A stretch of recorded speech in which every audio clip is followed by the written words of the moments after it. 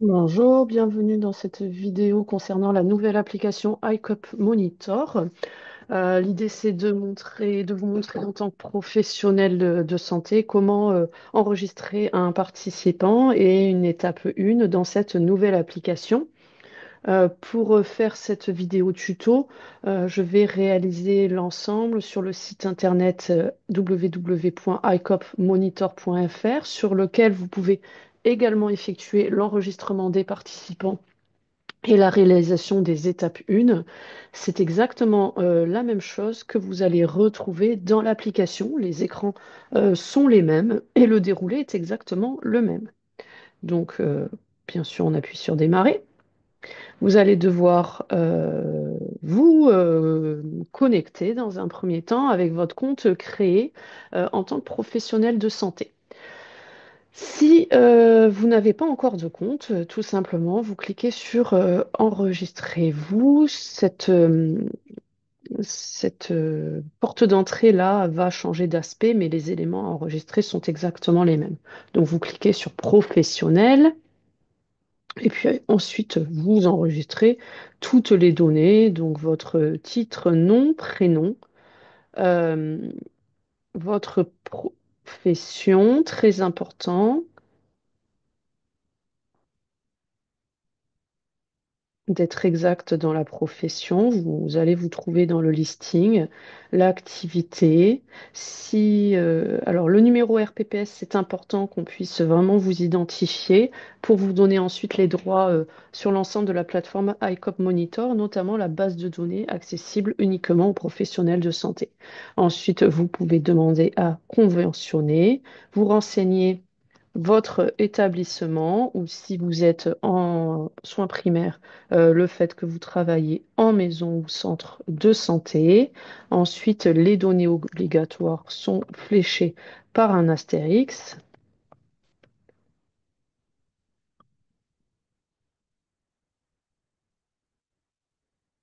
Alors, comme j'ai plusieurs comptes de formation, je rentre une adresse fictive, mais vous mettez bien évidemment votre véritable adresse mail professionnelle. Attention, c'est très important d'être exact et précis dans les données, puisque je rappelle qu'après, c'est des données en santé qui répondent aux mêmes exigences que les données en santé habituelles.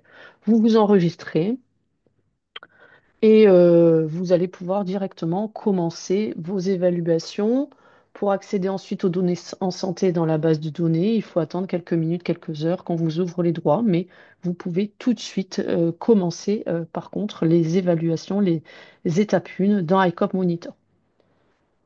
Donc maintenant que vous êtes enregistré, vous allez rentrer votre identifiant de connexion, votre mot de passe et vous vous connectez.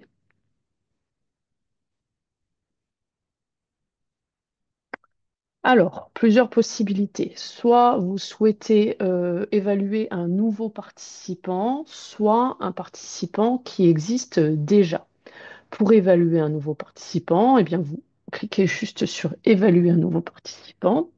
La notice d'information qu'il va falloir remettre au participant.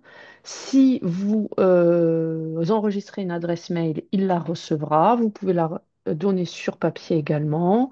Les points importants sont les points en gras. L'objectif du suivi de dépister précocement tout fléchissement d'une fonction pour une prise en charge adaptée. C'est un programme de prévention en cours d'expérimentation au ministère de la Santé.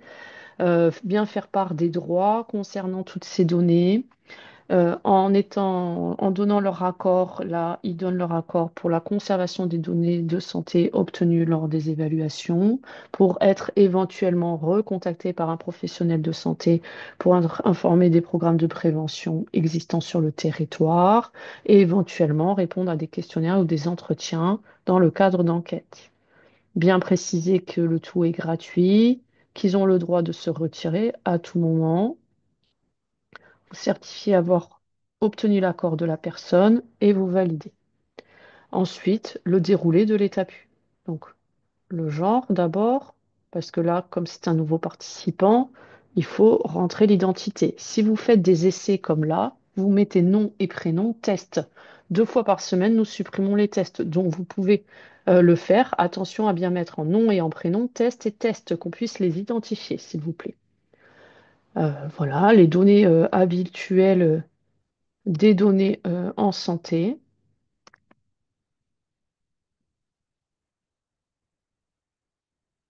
Enregistré, pardon. Euh,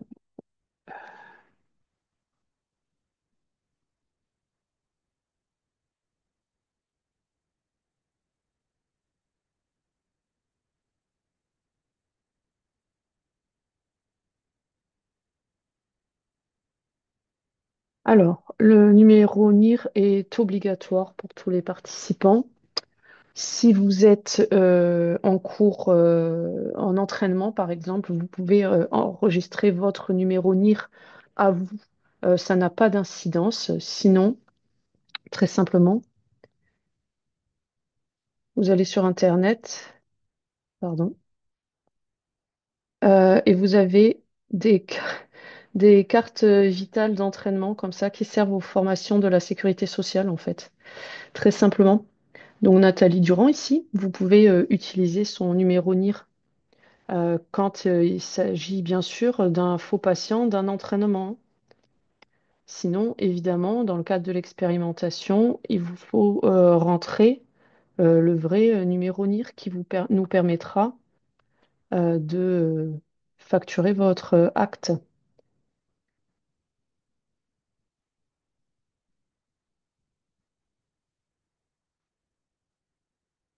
et la clé. Voilà, ensuite, seul le champ code postal est obligatoire. Après, je vous encourage à rentrer le maximum d'informations, hein. C'est toujours plus utile, notamment si vous travaillez en collaboration à plusieurs professionnels de santé. Pour faire le lien entre vous, c'est quand même mieux d'avoir le plus d'informations possible. Au moins un numéro de téléphone, l'adresse mail si vous l'avez,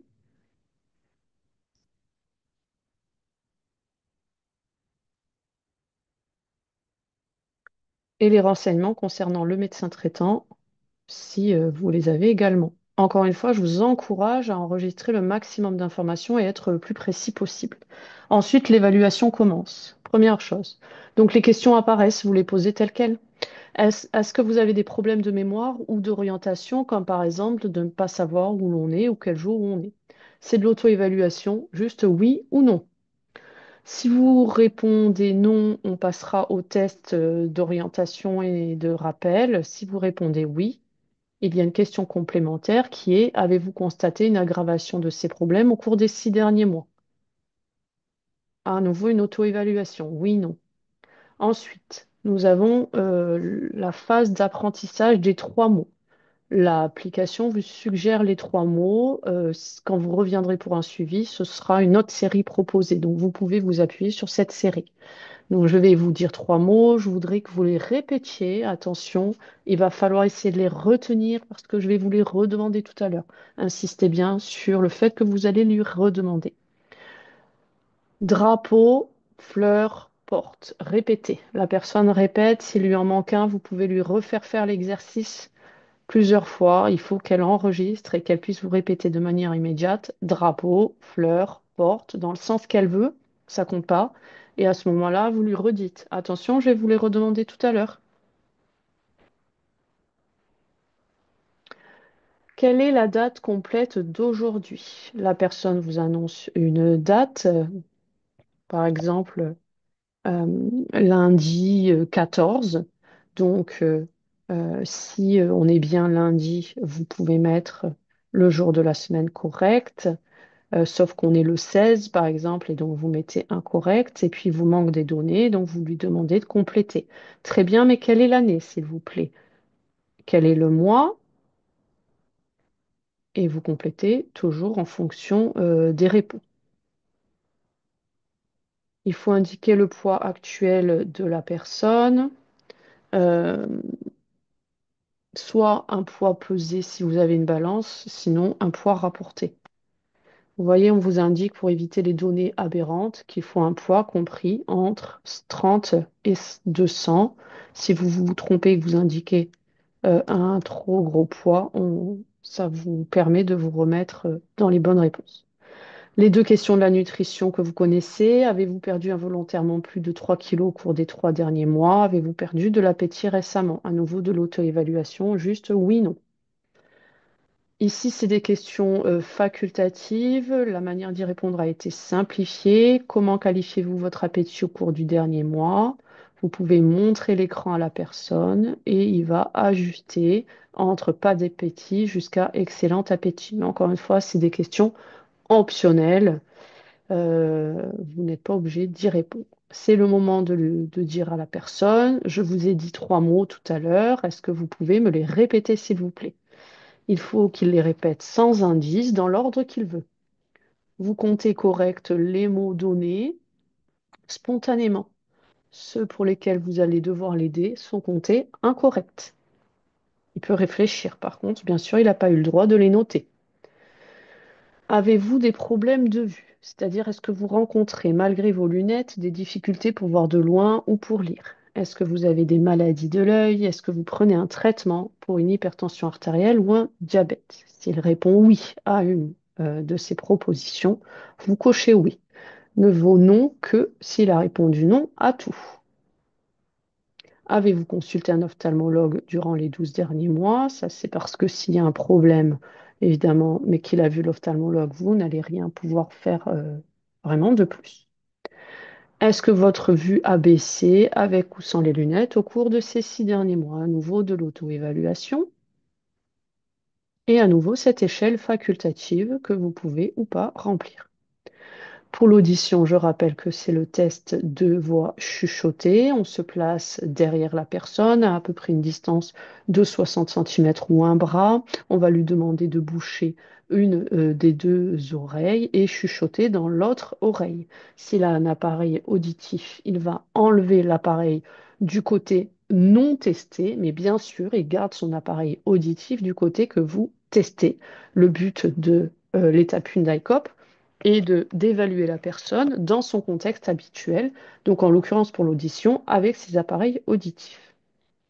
Vous testez les deux oreilles, c'est-à-dire que vous chuchotez 4 mots différents à chaque oreille et validez le test si il répète au moins 3 des 4 mots pour l'oreille droite et pour l'oreille gauche.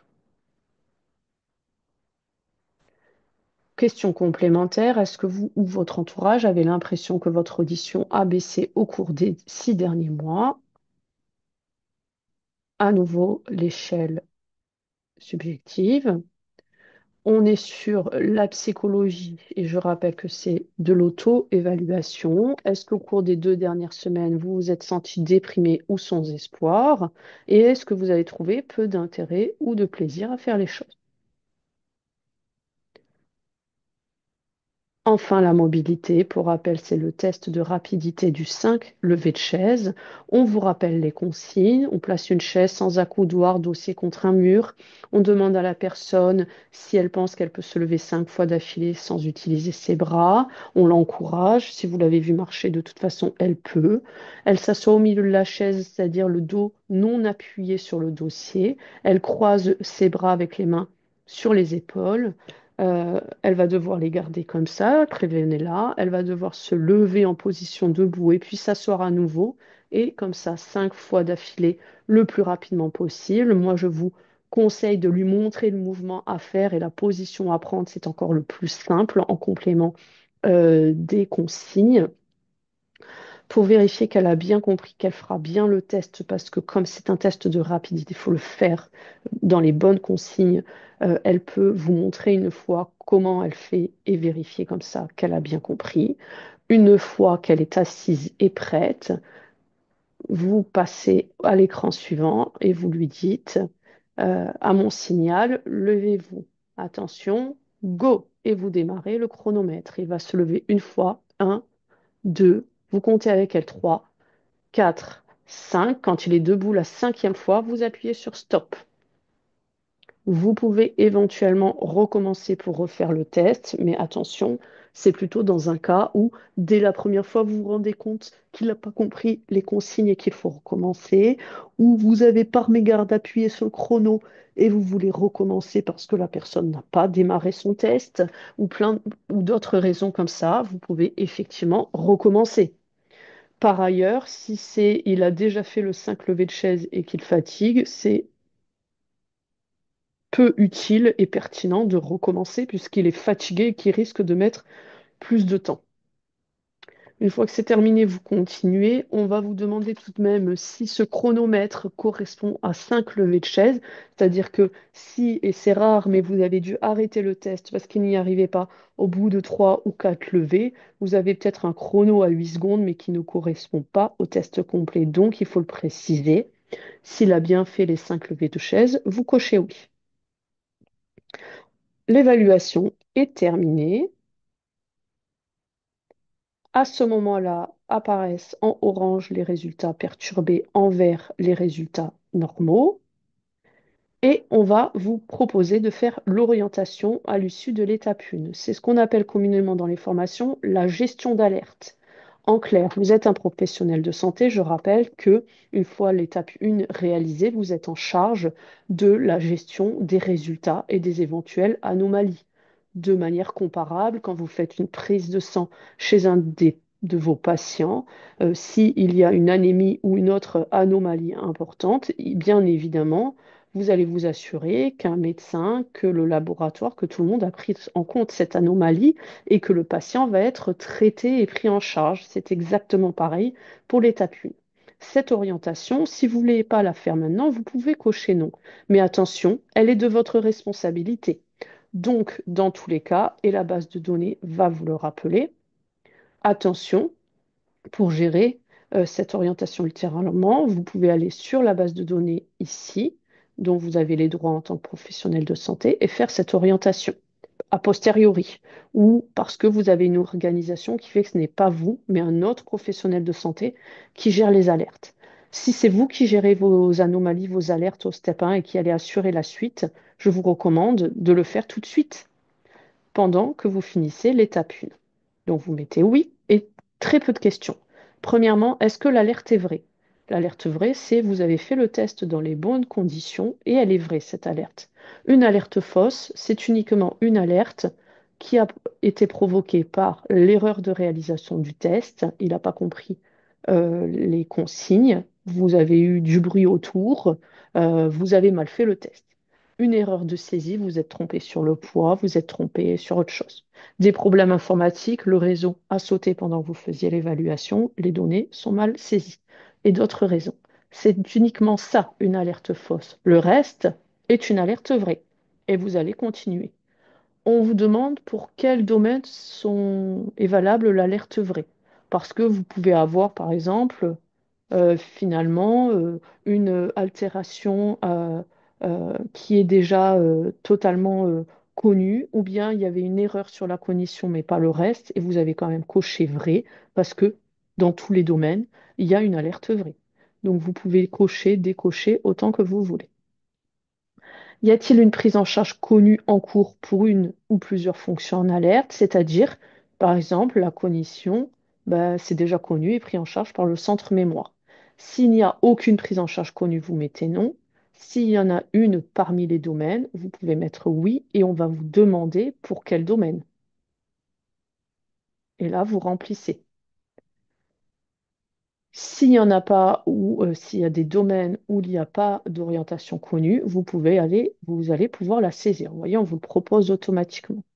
Donc, soit il n'y a pas du tout d'orientation, vous mettez non, et à ce moment-là, bah, vous notez la raison et ce sera terminé. Toutes les problématiques sont déjà prises en charge, connues, suivies. Il n'y a pas une prise en charge nécessaire immédiate parce qu'il n'y a pas d'urgence ou que le participant est un peu médusé, il préfère attendre. On verra la prochaine étape 1. Le participant refuse ou d'autres raisons. En revanche, s'il y a une orientation proposée pour au moins un des domaines, vous mettez oui et vous pouvez cocher laquelle. Vous pouvez cocher plusieurs choses. Donc, vous proposez, vous recommandez aux participants de prendre un rendez-vous médical, vous contactez vous-même son médecin, vous réalisez vous-même l'étape 2, 3, Vous orientez le participant vers un professionnel de santé pour réaliser l'étape 2-3. Vous orientez le participant vers une structure, vous donnez des conseils ou autres actions. Et vous pouvez cocher en fonction des différents domaines autant de choses que vous voulez. Il n'y a pas besoin que l'étape 2-3 ait été déjà réalisée quand vous saisissez l'orientation. Vous avez terminé et voilà, on revient euh, à la fin au conseil. On vous donne la prochaine date d'évaluation. Vous pouvez cocher terminé et on revient au tableau d'accueil. Ça, c'était pour un nouveau participant. Vous vous souvenez qu'on a saisi l'ensemble des données. En tant que professionnel de santé, vous avez sans doute déjà des participants dans votre application. Vous pouvez cocher sur cette liste. Je reviens pour bien vous montrer. Donc ici, c'est nouveaux participants. Ici, c'est les participants déjà existants. Au choix. Soit c'est vous revenez voir un participant pour faire son évaluation de suivi. Il est déjà dans ICOP. Ça fait 6 mois qu'il a fait son step 1. Vous devez lui refaire. Ou l'autre possibilité, c'est une première fois. Mais le participant n'a jamais eu d'évaluation et ici, il y a évaluation initiale. Donc, Dupont-Bernard est à ses 6 mois d'évaluation. Je veux faire son suivi. Et voilà, je vais pouvoir, après le déroulé est exactement le même, je vais pouvoir réaliser son étape 1. Vous pouvez très bien avoir préenregistré un participant et lui proposer l'évaluation. Donc là, vous accédez aux coordonnées, à l'identité pour vérifier, hein, c'est l'identité du participant.